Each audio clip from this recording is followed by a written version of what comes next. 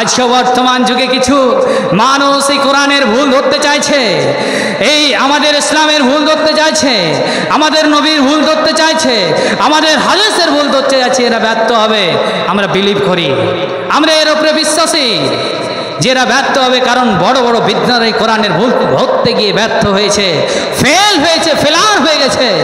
আজকে বর্তমান যুগে যারা এই কোরআনকে নিয়ে ছিনিবিনি করার চেষ্টা করছে, এই কোরআনকে নিয়ে যারা ষড়যন্ত্র করছে, এরা ব্যর্থ হবে। যেমন যারা খ্রিস্টান, এদের জন্য বাইবেল আছে, যাকে আমরা ইনজিল নামে জানি। যারা হিন্দু, এদের জন্য গীতা, মহাভারত, ঋগ্বেদ, অথর্ববেদ, অনেকগুলি বেদ রয়েছে। এইভাবে যারা শিখ ধর্মের মানুষ, যারা জৈন ধর্মের মানুষ, যারা বুদ্ধিস্ট, মোট কথা হলো পৃথিবীর জমিনে যতগুলি ধর্ম অবলম্বনকারী মানুষ আছে, প্রত্যেকটি মানুষের সঠিকভাবে জীবনকে গড়তে তাদের গাইডলাইন হিসাবে একটি করে কিতাব আছে। সেইরূপ we are Muslim and Allah subhanahu wa ta'ala give us a good book in the world. আমরা মুসলমান এবং আমাদের জন্য যে কিতাবটি আল্লাহ রাব্বুল আলামিন প্রোভাইড করেছেন, যে কিতাবটি আমাদের গাইডলাইন হিসাবে দিয়েছেন, তার নাম হচ্ছে আল কোরআন কারীম।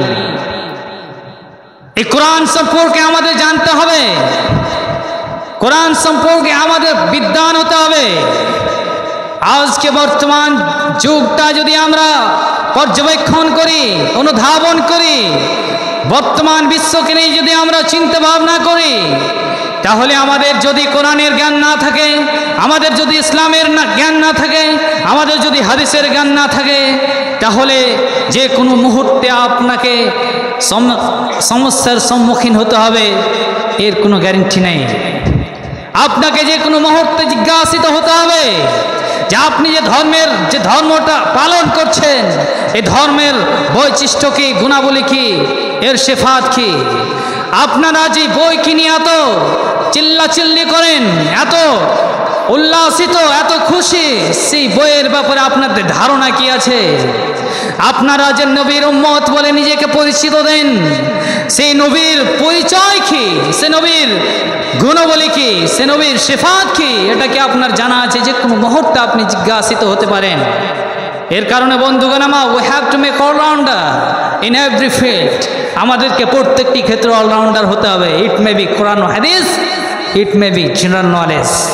এটা হতে পারে কোরআন ও হাদিসের দিক থেকে, অথবা জেনারেল নয়, সামান্য জ্ঞান আপনাকে নিতে হবে, যাতে করে একজন মুসলিম হিসেবে প্রত্যেকটি কথার আপনি উত্তর দিতে পারেন। যাই হোক বন্ধুগণ আমার, আমি আজকে এমন একটি বিষয় নিয়ে আপনাদের দৃষ্টি আকর্ষণ করব, সেটা হচ্ছে মহাগ্রন্থ আল কোরআন কারীম। এই কোরআনের মানই হচ্ছে এমন একটি বই, every time reciting book in the world. এমন একটি বই যে পৃথিবীর এমন কোন মুহূর্ত নেই যে মুহূর্তে কোরআনকে পড়া হয় না। আজকে যদি এই কুসমানগরের মাটিতে কেউ না পড়ে, তাহলে দেখবেন ইলেমের মাটিতে কেউ পড়ছে, আর ইলেমের মাটিতে যদি কেউ নাই পড়ে, তাহলে দেখবেন পাকড়ের মাটিতে। বলা বাহুল্য এটাই যে এমন কোন মুহূর্ত নেই যে মুহূর্তে কোরআনকে পড়া হয় না। এর মানে হচ্ছে কোরআন এমন একটি বই, এমন একটি কিতাব যার মধ্যে কোনো ভুলের সন্দেহ নেই, ভুলের অবকাশ নেই। আল্লাহ রাব্বুল আলামিন কোরআনের ভূমিকাটি বললেন, যালিকাল কিতাবু লা রাইবা ফি হুদাল লিল মুত্তাকিন। This is the book, there is no doubt in it, it is guidance for the মুত্তাকিন। এটা এমন একটি বই যার মধ্যে কোনো ভুলের গুঞ্জাইশ নেই, যার মধ্যে কোনো ভুলের, কেউ যদি ভুল ধরতে চেষ্টা করে তাহলে সে ব্যর্থ হবে। আমরা ইতিহাস পড়ে জেনেছি, আমরা ইসলামী হিস্টোরি পড়ে জেনেছি, যারা বড় বড় বিদ্বান ছিল, যারা বড় বড় আরবিকের সাহিত্যিক ছিল, যারা আরবিকের একটি কথাকে নিয়ে টুকরো টুকরো করে ভেঙে বলতে পারত, এই ধরনের বিদ্বান এই কোরআনের পিছে লেগে তারা ব্যর্থ হয়েছে।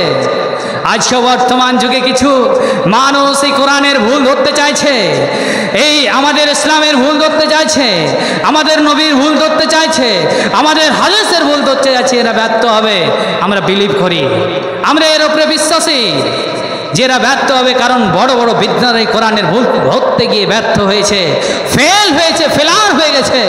আজকে বর্তমান যুগে যারা এই কোরআনকে নিয়ে ছিনিবিনি করার চেষ্টা করছে, এই কোরআনকে নিয়ে যারা ষড়যন্ত্র করছে, এরা ব্যর্থ হবে বন্ধুগণ আমার।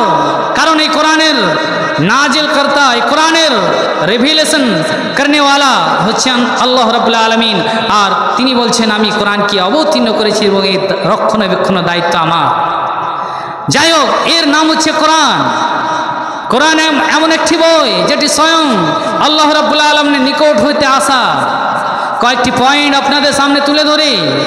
প্রথম পয়েন্ট হচ্ছে Quran is the divine book in the world, there is no doubt in. Quran এমন একটি বই যার অপোজিটে, যার অপোজিশন কেউ আর নেই, পৃথিবীর কোনো বই হতে পারে না।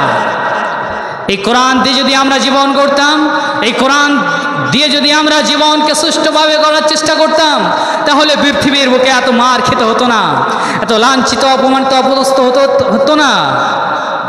কারণ আজকে আমাদের যে অবস্থায় কন্ডিশনই কোরআনকে ছাড়ার কারণে। তাহলে এবার আমরা জানবো কোরআন সম্পর্কে কয়েকটি কথা। আমরা যদি কোরআনকে প্রশ্ন করি, হে কোরআন, তোমাকে জমিনের